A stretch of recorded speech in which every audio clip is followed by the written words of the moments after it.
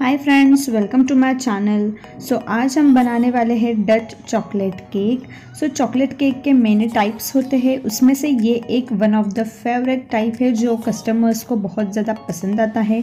Cupcake on the cake, इस cake को मैं बोलती हूँ। चलिए इसकी रेसिपी स्टार्ट करते हैं। यहाँ मैं आज बनाने वाली हूँ हाफ केजी केक। 250 ml के कप में मैंने ले लिया है chocolate premix. Half KG cake के लिए 250 ml का कप इनफ हो जाता है। प्रीमिक्स के अंदर हमें थोड़ा थोड़ा इस तरह से पानी डालते हुए विस्क की हेल्प से बैटर अच्छे से बना लेना है।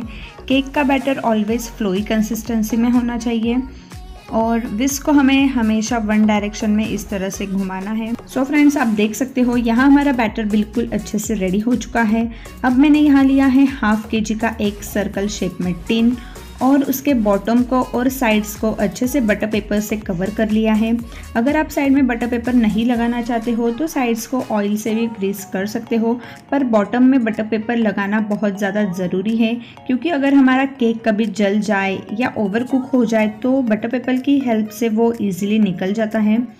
पॉट को इस तरह से हमें 2-3 बार टैप करना है और फिर उसे बेक करने के लिए कढ़ाई में रख देना है। यहाँ मैंने यूज़ की है जर्मन की कढ़ाई और उसे अच्छे से जो प्लेट कवर करे वैसी प्लेट कढ़ाई के ऊपर रख देनी है। 30 मिनट में हमारा केक रेडी हो जाएगा। तब तक हम केक को डेकोरेट करने की तैयारी कर लेते हैं। यहाँ मैंने यूज़ की है रिच की सन विप क्रीम।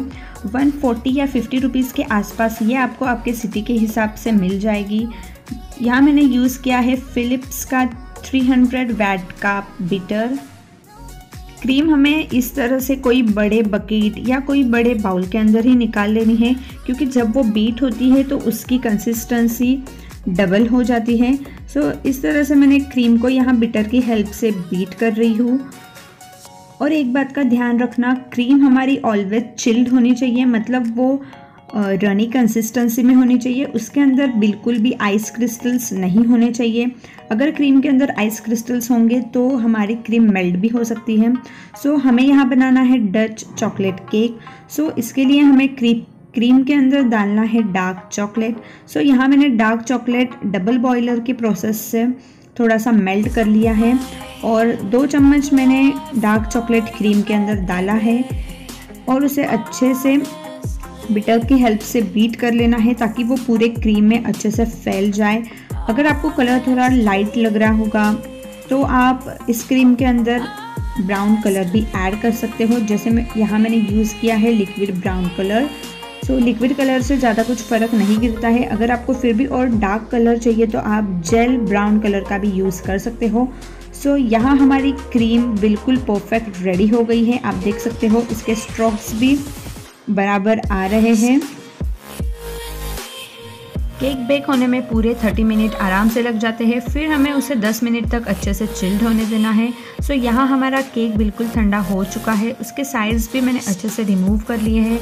अब केक को मैंने निकाला है टिन से बाहर और उसका बटर पेपर भी हमें आराम से बिल्कुल निकाल लेना है।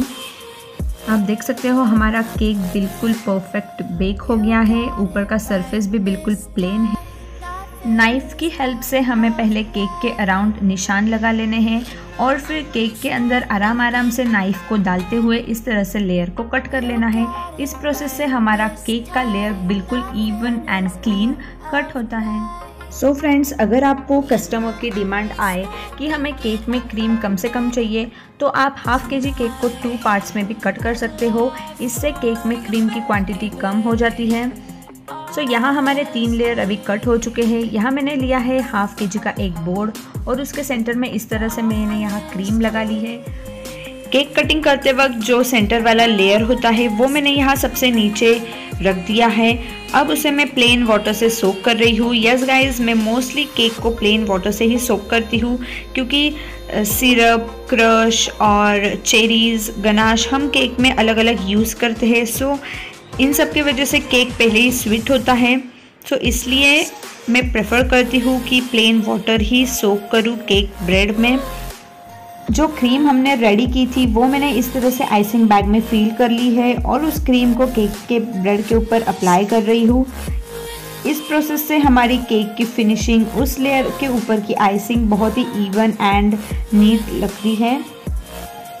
सो कस्टमर की डिमांड थी कि हमें केक के अंदर कुछ चेरी के पीसेस भी चाहिए। सो इसलिए मैंने रेड वाली चेरी के छोटे छोटे पीसेस चॉप कर लिए हैं और उसे मैं हर लेयर के अंदर डालने वाली हूँ।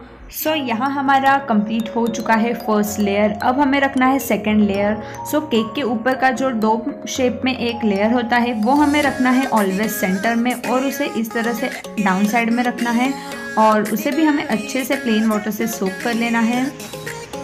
हमारे केक में, केक के लेयर्स में अगर शुगर सिरप की कमी हो जाए तो हमारा केक ड्राई लग सकता है, इसलिए हमें ऑलवेज एकदम ध्यान रखते हुए शुगर वाटर या फिर सिरप अच्छे से केक के ऊपर स्प्रेड करना है।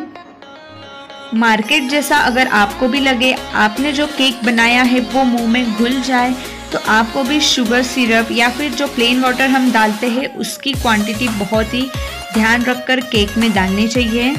सो सेकंड लेयर पर भी अब मैं यहाँ डाल रही हूँ कुछ चेरीज़ और इसके ऊपर अब मैं रखने वाली हूँ हमारा फाइनल लेयर। सो केक कटिंग करते वक्त जो लेयर हम सबसे पहले कट करते हैं आप देख सकते हो वो लेयर ऑलवेज इस तरह से फ्लैट होता है और उसके एजेस भी बहुत शार्प होते हैं, तो वो लेयर हमें ऑलवेज केक को फाइनल करते वक्त रखना है सबसे ऊपर। इस लेयर से ही हमारे केक को प्रॉपर शेप आने में हेल्प होती है। तो यहाँ अब हमें करना है क्रम कोट। सो उसके लिए मैं इस तरह से केक के साइड में थोड़ी थोड़ी क्रीम लगा ले रही हूँ और अब उसे मैं प्लेन करने वाली हूँ पैलेट नाइफ की हेल्प से। केक बनाते वक्त क्रम कोट करना बहुत ज़्यादा इम्पॉर्टेंट होता है क्योंकि जो उसके क्रम्स होते हैं क्रम कोट करने से वो हमारे फाइनल आइसिंग में नहीं आते हैं। और कभी अर्जेंट में हमने गरम केक को भी कट कर दिया तो बहुत ज़्यादा चांसेस होते हैं कि कोई लेयर उसकी ब्रेक हो जाए। तो अगर ब्रेक वाली लेयर को भी हमें केक में सेट करना है तो क्रम कोट की हेल्प से वो अच्छे से सेट हो जाती है। क्रम कोट होने के बाद 10 से 15 मिनट हमें उसे फ्रीज में सेट होने देना है। फिर हमारा केक रेडी हो जाता है फाइनल फिनिशिंग के लिए। सो जो क्रीम हमने स्टार्टिंग में रेडी की थी वही क्रीम यहाँ मैं छोटे बाउल में ले रही हूँ। थोड़ा डार्क ब्राउन कलर मुझे चाहिए था इसलिए मैंने इसके अंदर अगेन ऐड किया है थोड़ा सा लिक्विड ब्राउन कलर। कोई भी कलर जब हम क्रीम में ऐड करते हैं तो उसे हमें बहुत ज़ोर ज़ोर से नहीं फेंटना है। अगर हम ऐसा करते हैं तो हमारी क्रीम के बहुत ज़्यादा चांसेस होते हैं वो मेल्ट हो जाए। सो क्रीम का थोड़ा डार्क ब्राउन कलर आ गया है। अब मैं उसे केक पर अप्लाई कर रही हूँ फॉर द फाइनल आइसिंग। सो इस तरह से पैलेट नाइफ में थोड़ी थोड़ी क्रीम लेकर हमें सबसे पहले केक के साइड्स को अच्छे से कवर कर लेना है। अगर आपको इस प्रोसेस में लगे ऐसा कि क्रीम हमारी बहुत ज़्यादा हो रही है तो बिल्कुल घबराने की बात नहीं है क्योंकि केक को फाइनल फिनिशिंग करते वक्त क्रीम थोड़ी ज़्यादा लगती ही है। अगर हम सोचें कि कम क्रीम में हम केक को अच्छे से डेकोरेट कर ले तो ऐसा नहीं होता है फ्रेंड्स। केक डेकोरेट करते वक्त क्रीम ज़्यादा लगती ही है पर जब हम उसे फाइनल फिनिशिंग करते हैं, जब उसके ऊपर फाइनल स्क्रैपर घुमाते हैं तब बहुत सारी क्रीम उस स्क्रैपर में निकल जाती है। सो डोंट वरी, आप क्रीम ज़्यादा यूज़ करो पर बाद में वो स्क्रैपर की हेल्प से निकल भी जाती हैं। सो इस तरह से मार्केट में एक स्क्रैपर भी मिलता है। अगर आपके पास स्क्रैपर नहीं होगा तो आप कोई भी ओल्ड ATM कार्ड वगैरह का यूज़ भी कर सकते हो। तो यहाँ तो मेरी क्रीम ज़्यादा नहीं हुई थी इसलिए मैंने उसे स्क्रैपर से रिमूव नहीं किया। अगर आपकी क्रीम ज़्यादा हो जाए तो आप उसे स्क्रैपर की हेल्प से लास्ट में रिमूव भी कर सकते हो। तो इस तरह से पैलेट नाइफ से केक के शार्प एजेस हमें अच्छे से कर लेने हैं। ऊपर का सरफेस प्लेन करते वक्त हमें एक बात का ध्यान रखना है, इस टाइम पे हमारा पैलेट नाइफ बिल्कुल क्लीन होना चाहिए। प्लेन स्क्रैपर के साथ इस तरह का एक डिज़ाइन वाला स्क्रैपर भी मिलता है। आप चाहो तो केक के साइड में इस तरह से इस डिज़ाइन वाले स्क्रैपर को यूज़ कर सकते हो। सो फ्रेंड्स, अब हमें बनाना है पोरिंग गनाश। सो जो डार्क चॉकलेट हमने स्टार्टिंग में यूज़ किया था क्रीम के अंदर वही मैंने ले लिया है। उसे मैंने रख दिया है डबल बॉयल प्रोसेस में और 1 चम्मच उसके अंदर ऐड करना है हमें दूध। इससे हमारा चॉकलेट थोड़ा लिक्विड हो जाता है और फिर इसे हम हमारे केक पर पोर करने के लिए यूज़ कर सकते हैं और इससे हम ड्रिपिंग भी कर सकते हैं।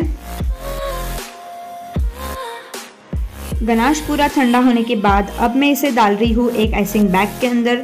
सो आइसिंग बैग के हेल्प से भी आप केक पर ड्रिपिंग इफ़ेक्ट दे सकते हो, या फिर डायरेक्टली स्पून के हेल्प से भी आप केक पर ड्रिपिंग इफ़ेक्ट दे सकते हो। सो यहाँ इस तरह से मैं केक पर गनाश को यूज़ कर रही हूँ। 50 ग्राम चॉकलेट के अंदर 2 टेबलस्पून मिल्क अगर आप डालते हो तो आपका गनाश बिल्कुल परफेक्ट रेडी हो जाता है। ऊपर हमें यूज़ करना है चॉकलेट एंड बिस्किट, पर हमारी क्रीम तो अभी ड्राई हो चुकी है। सो चॉकलेट एंड बिस्किट अच्छे से स्टिक होने के लिए यहाँ अब मैं यूज़ कर रही हूँ चॉकलेट गनाश, और इसे हमें फटाक से स्प्रेड कर लेना है और फास्ट, बिल्कुल टाइम वेस्ट नहीं करते हुए हमें इसके ऊपर हमारा cup cake, biscuit and Cadbury अच्छे से लगा लेनी है ताकि वो केक पर चिपक जाए। इस केक को डेकोरेट करने के लिए मैं यहाँ यूज़ कर रही हूँ 2 पर्क की कैडबरी और एक ओरियो बिस्किट। आप चाहो तो आपके हिसाब से आपको जो कैडबरी पसंद होगी, जो बिस्किट पसंद होगा, आप वो भी यहाँ यूज़ कर सकते हो। और पर्क कैडबरी के हमें इस तरह से इक्वल स्क्वायर पीसेस कट कर लेने हैं।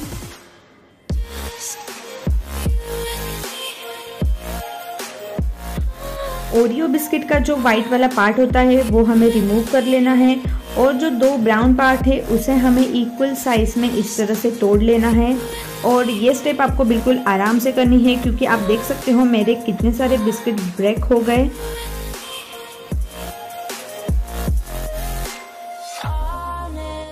चॉकलेट एंड बिस्किट की प्रॉपर्ली कटिंग होने के बाद अब मैंने यहाँ लिया है N1 नोज़ल, और इस नोज़ल से हम कपकेक के ऊपर डिज़ाइन बनाने वाले हैं। सो जो हमने ब्राउन क्रीम बनाई थी वही क्रीम हमें इस बैग के अंदर डालनी है।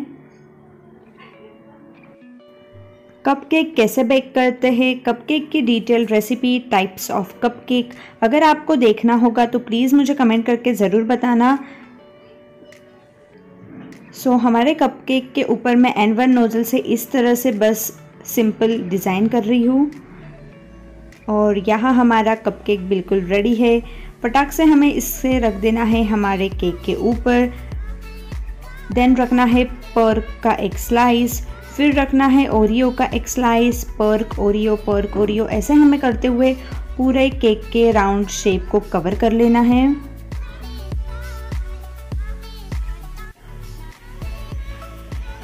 ओरियो के पीसेस को थोड़ा सा ऐसे क्रश करके मैं केक के जो ब्लैंक साइड है उस पर भी डाल रही हूँ, आप देख सकते हो। अगर आप न्यू होम बेकर हो या फिर आपको केक का प्राइस डिसाइड करने में कुछ प्रॉब्लम होता है तो आप इस केक की प्राइस 450 या 400 रुपीज़ रख सकते हो। आपके सिटी के हिसाब से आप इस केक की प्राइस कम ज़्यादा भी कर सकते हो। और कप केक का जो कवर है वो वाइट थोड़ा सा अच्छा नहीं लग रहा था, इसलिए मैंने फूड कलर से ही इस कवर को कलर कर लिया है, आप देख सकते हो इस क्लिप के अंदर। सो यहाँ हमारा Dutch chocolate cake, cup cake on a cake बन के रेडी है। ये केक दिखने में बहुत ही ज़्यादा अच्छा लग रहा था फ्रेंड्स, आप देख सकते हो। सो अगर आपको ये वीडियो पसंद आया होगा तो प्लीज़ इसे लाइक करना, मेरे चैनल को सब्सक्राइब भी कर देना, और मुझे कमेंट करके बताना आपको और कौन सी वीडियो देखनी है। सो तब तक के लिए bye bye and take care.